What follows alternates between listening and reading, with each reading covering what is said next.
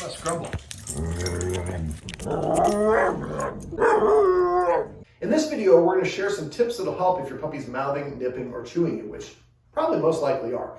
Now, mouthing and nipping are some of the most common activities, actually one of the top 5 things that puppies do when they're young and going through their chew stage.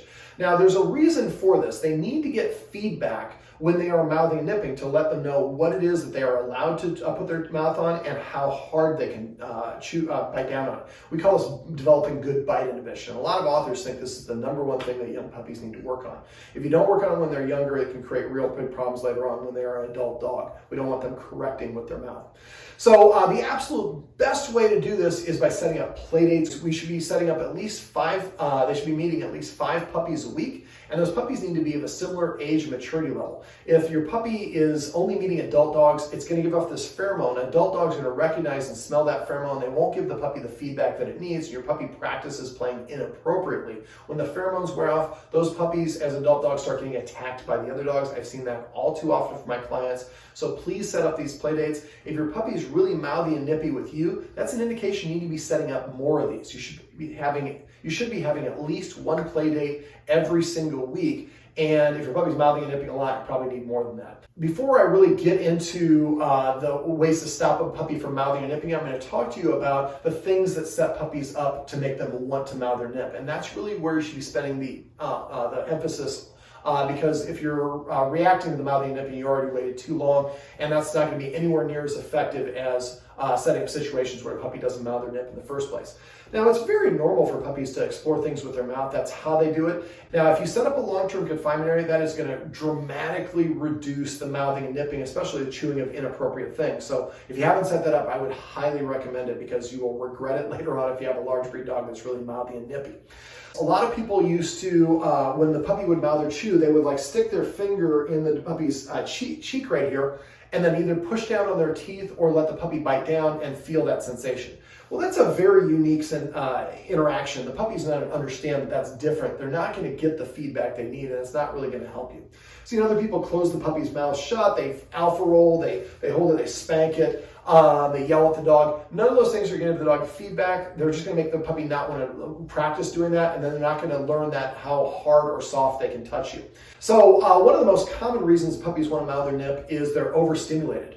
We play with them too roughly. We let them play too roughly with the other puppies or adult dogs. We're wrestling with them. Puppies, when they wrestle with their mouth. So that's one of the reasons why as an adult until your puppy is older, you should not be wrestling with it. And if you do, make sure you're holding on to big things, but I would really recommend until they're done with their mouthing and nipping stage that you don't do that. Puppies need exercise and mental stimulation throughout the day. Now there's a difference between the two of them, but they both drain energy. So there are some that cross over, like going for a sniff walk, which is a great thing to do. Remember, puppies and adult dogs burn more energy on a walk by sniffing than they do from walking. Another great one that you could do would be playing the tug game. So you have a toy like this, you're letting the puppy pull on it, and you're going back and forth. They touch your skin with their teeth, you drop it, and the game is over. So that's a nice way to do it. We have a video on how to play tug toy. Playing fetch, having them play with other dogs, play dates, those are all great ways to burn some energy and keep them engaged. Now you can also, there's also mental stimulation. Mental stimulation could be something like scent games. You could Google scent games. That's leaving treats around. Your puppy has to use his nose to find them. You can also use like a lick mat, smear peanut butter on this thing, or a Kong filled with peanut butter. Chewing and licking release endorphins, which make puppies feel good, and it's a great way to redirect their attention, which is the #1 thing you want to do if a puppy has started to mouth or nip, but being proactive by providing them with enrichment, puzzle toys, taking a bone like this and sticking some peanut butter inside of it, making it a little bit of a puzzle. Those are great ways to keep your dog engaged. Another reason that puppies like to mouth or nip is they're hungry. They explore with their mouth looking for something they can actually eat. Puppies should be fed 4 or more times a day. And so if it's been longer in a meal, longer since they've eaten, then they're not be hungry. So we are big believers out of feeding out of treat dispensing toys. This is the Omega Paw treat ball. There is a snuffle mat. Now, I would recommend for your puppy that you feed them until they're about 5 or 6 months old exclusively out of treat dispensing toys and snuffle mat. This thing you put down, you work the kibble in, they've got to actually use their nose to find it. It's physically draining. Feeding out of this is equivalent to a walk. So you're feeding 4 times a day. If you have a high-energy dog, that's 4 walks that you've basically gotten into by just feeding them out of that. And I would also get about 4 or 5 other toys and rotate those so there's some variety there. So making sure that they're properly fed, I'm not going to need to mouth or nip. Another reason a lot of mouthing and nipping comes from opportunity. Kids are running around with shoes with shoelaces flopping around. We have bracelets, we have tassels, fabric on our clothing. Puppies mouth and nip for a period of time, usually a month or 2 after their adult teeth come in, unless they've developed a bad habit. And so if you're working on this maintenance, once the adult teeth are come in, they should be done with that. So until that period of time, you want to avoid having shoes around, cables, wearing bracelets and stuff that are going to attract the dog's attention.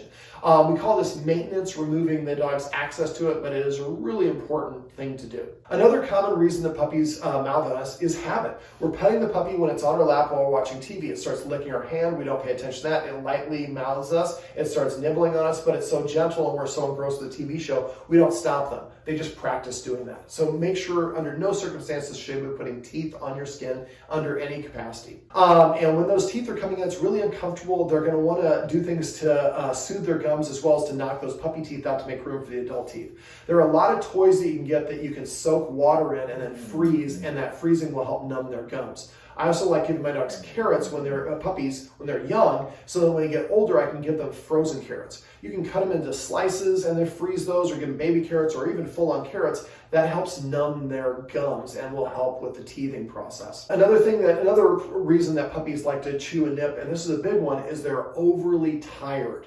Now, if your puppy, important to understand, puppies need to sleep about 12 to 17 hours a day, smaller breeds less than larger breeds. If your puppy is underslept, they're often going to get cranky, and when they get cranky, they get overly aggressive about mouthing and nipping. So you really want to be proactive in making sure your puppy's getting a lot of those naps. I'm going to share some tips here now in a sec that are going to be things you do once your puppy starts mouthing and nipping. If you try these tips and they make your puppy worse, that's almost a guarantee that they're overly tired and they need a nap. So the first thing I want to talk about is, if your puppy has mouthing and nipping, is redirecting them. Now, as you see on the floor here, I've got a whole bunch of different toys. Now, you want to make sure the toys are on the floor in any room that your puppy hangs out in. If your puppy nips you and you get up and go grab this toy and come bring it back to your puppy, you just told your puppy that nipping me is a great way to make me your toy waiter. So you want to have about 10 or 15 toys on the floor ready to go, so if your puppy starts to lick you or whatever, you can kind of redirect them. Now, I also like to always have a nylon or something with the skinny in my back pocket. So if I'm caught somewhere where there aren't a lot of toys and my puppy's doing it, I can redirect them.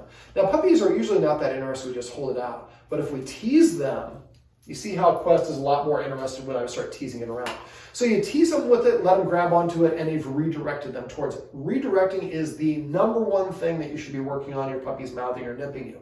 The rest of these things are going to be in the order of preference of what you would like to work on. Now, another way that you can redirect your puppy is by actually dropping treats on the ground. Now, you can't do this bang bang. If they nip you, don't throw treats on the ground. That will teach them mouthing me is a great way to drop treats on the ground. But if they start mouthing you, you pull out some training treats. And let's say the puppy has already he's got his mouth on me. Can I have your mouth, please? He's going like this. You could touch his nose with the treats. They're going to disengage, and then you maybe lure him over here. You want at least a 2-second delay, then lure him into a sit, pop that treat in the mouth. And then if the dog bed is nearby, grab a handful of treats and throw those treats onto the dog bed. You redirected the dog to go to the dog bed, and instead of grabbing you. Now, another thing you might want to do is have chew items available. Now, these are chew toys. They like chewing on them, but this is I saw how Quest got up for that. This is a bully stick. This is a tendon. So you can drill holes in these and maybe put a zip tie and zip it to a dumbbell that's on the dog bed, or that's in the long-term confinement area or the back of the kennel. So these are great ways, great things for your puppy that want to chew on those more than they'll want to chew on you. You don't want to get more than one of those a day, but those are good options as well. What if your puppy is mouthing or nipping your kids or a guest? Well, you want to get their attention and get them to come over to you. So the first thing I would do is just call the puppy in a normal voice. If they won't come, then I might use a high-pitched or an excited voice. I might also clap a couple times. I might jump up and do a jumping jack. I might run out of the room. Motion's going to grab your dog's attention. When your puppy does come to you, even if you have to call them multiple times, make sure you pet them and reward them richly. Otherwise, they won't want to do that again. They're probably going to do this multiple times. If they won't come to you and all the rest of this stuff doesn't work, I would maybe grab a treat, go over there and touch their nose with it, and lure them away from your guest or your child. Now, if they're really going at it, one of the other things you can do is you can pick your puppy up. Now, when I do this, I like to pick them up by putting my hands on their chest right here in their armpits. Now, make sure when you pick them up, they feel secure. And you want to hold the puppy as if like the mouth is here. So I'm picking up and holding it away from me. So I can't chew on my arms or my legs or the person. Now, some dogs are going to wiggle when they do this, so it's not an ideal thing to do, but in a pinch, you got to do what you got to do. Another thing that we can do is block access. So if we're watching TV and our puppy is licking our hand and then mouths our hand, well, we can pull our hands away out of their reach or put our hands in our pockets. If they're going after our feet with their barefoot, we can put shoes on. So again, eliminating their access to it and opportunity to chew on it, and then providing them with a good option. Again, going back to the redirect is also a nice thing to do. The last thing we would do, it would be the yelping sound. Now, the reason we don't like using that as much is if the puppy is overly aroused or overly cranky from being tired, they're often going to bite even more aggressively when they hear that, because that high-pitched voice adds excitement. So you can do that, but that's pretty low on the list. That's one of the last options that I would try. Now, this is not the last option, because you should just be aware that your puppy is going to need a lot of sleep. If it's been longer than an hour since your puppy slept and it's all the rest of these things are making it aggressive, probably is underslept. So I would just, if it's chewing your ankle, just walk in a long-term confinement area, close the door behind you. You might pull out a bully stick or a tendon or something along those lines and put it on the floor. Just don't do that too often. Or you can throw some treats on the floor or whatever the case may be. You just want to have at least 2 seconds from when they're mouthing and nipping you towards the redirect. And then you leave the long-term confinement area. They're tired. They might protest for a second, then they realize they're tired. They go back to sleep. They take a nap, and you've redirected them into a safe place and gotten them the sleep that prevents them from mouthing and nipping you or continuing to mouth and nip you. But remember, these are the steps to do afterwards. Means you let it go too far. Management is really the name of the game, and this is for a limited window of time, so don't think you're going to have to do this forever. But the more that you make sure that they're not bored, that they're getting proper exercise, that there are plenty of toys on the ground, there are no temptation in terms of cables or tassels or things along those lines, and we're getting that proper sleep, and they're either supervised or in a long-term confinement area, so they don't have access to getting into the wrong things. You're going to make a lot faster, better progress by doing that than reacting by redirecting them. All right, well, this is my buddy Quest, and these are some tips and tricks you can use when your puppy does go through that mouthing, biting, and nipping stage. Quest, you are a goofball.